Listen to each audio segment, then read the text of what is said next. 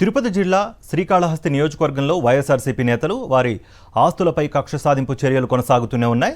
శ్రీకాళహస్తిలోని river view రిసార్ట్స్ను కూల్చేందుకు కుట్రలు చేయడంతో మాజీ ఎమ్మెల్యే బియ్యపు మధుసూదన్ రెడ్డి ఆందోళనకు దిగారు. ఎలాంటి నోటీసులు లేకుండా ఎలా కూలుస్తారని అధికారులను ప్రశ్నించారు. ఆయన అభివృద్ధి పనులు చేయాలి కానీ కూల్చివేసేందుకు కుట్రలు చేయొద్దని మండిపడ్డారు. దీనిపై మరింత సమాచారం మా ప్రతినిధి విజయమూర్తి అందిస్తారు. ప్రధానంగా ఈరోజు జరిగినటువంటి ఘటనే దానికి ప్రత్యక్ష నిదర్శనంగా నిలుస్తూ ఉంది. శ్రీకాళహస్తి నియోజకవర్గంలో శ్రీకాళహస్తి మున్సిపాలిటీ పరిధిలో ఉన్నటువంటి రివర్ వ్యూ రిసార్ట్కి సంబంధించినటువంటి ఆస్తుల విధ్వంసానికి స్థానిక ఎమ్మెల్యే బొజ్జల సుధీర్ రెడ్డి ఆదేశాల మేరకు ఈ యొక్క మున్సిపల్ అధికారులు ఎలాంటి నోటీసులు ఇవ్వకుండా రిజిస్టర్డ్ ల్యాండ్లో ఉన్నటువంటి ప్రహారీ గోడను ఆస్తుల విధ్వంసానికి పూనుకోవడంతో స్థానిక మాజీ ఎమ్మెల్యే బియ్యపు మధుసూదన్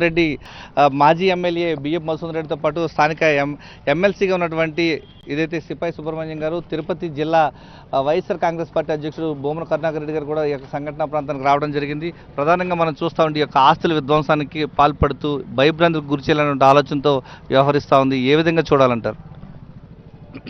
గెలిచినప్పటి నుంచి రాష్ట్రంలో ఎక్కడ కూడా జరగనట్టుగా శ్రీకాళహస్తిలో అసలుకి ఇంత అరాచకం ఎక్కడ చూడలేదు. ఇప్పటికీ 175 ఇల్లు కొట్టేశారు. 175 ఈరోజు కలిపితే 176 ఇల్లులు కమర్షియల్ కొడుతున్నాం.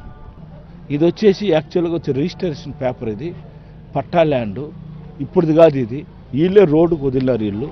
అయినా ఎంత చెప్తున్నా వచ్చి కొట్టేసి దౌర్జన్యం చేసి మేమేందు ఆ కేసులు పెడతాం ఈ కేసులు పెడతాం అని చెప్పి కొట్టేసిపోవటం జరిగింది.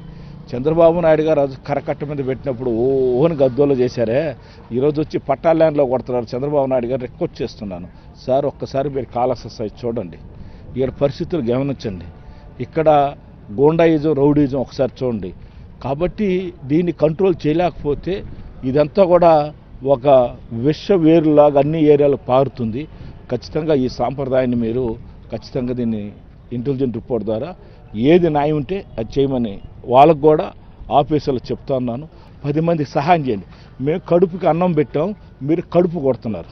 కాబట్టి పేరులోనే ఉంది, బియ్యపు అంటే బియ్యం గింజ అన్నం పెడుతుంది, బొజ్జలంటే బొజ్జ మీద కొట్టేది బొజ్జల ఫ్యామిలీ అనేది మటుకు తెలియజేస్తున్నాను. భయపెట్టే పని చేస్తున్నారు. ఏ విధంగా చూడాలంటారు? ఇది చాలా దారుణం. ఎందుకంటే చట్టం ఎవరికి చుట్టం కాదు. ఈరోజు పద్ధతి ఉంది, సుప్రీంకోర్టు గైడ్లైన్స్ ఉన్నాయి. ఏదైనా ఒకటి కొట్టాలంటే దానికి చదువుకున్న వాళ్ళందరూ అధికారులకు ఒక పద్ధతిని తెలుసు. ఏంటంటే ఒక నోటీస్ ఇవ్వాలి 10 రోజుల ముందు, దాని ఇన్స్పెక్షన్ చేయాలి, దాని తర్వాత దాన్ని చేయాలి. అట్లా కాకుండా అడ్డదిడంగా ఒక శనివారం నాదంటూ శనివారం ఉదయం వచ్చి కొట్టేయడం అనేది పద్ధతి కాదు, మంచి పద్ధతి కాదండి ఈ కాలంలో. మనం ఎందుకంటే మనం ఇంత అడ్వాన్స్ అయిన పరిస్థితుల్లో కూడా ఇంత అంటే ఆటవిక పాలన మంచిది కాదని అనుకుంటున్నాను.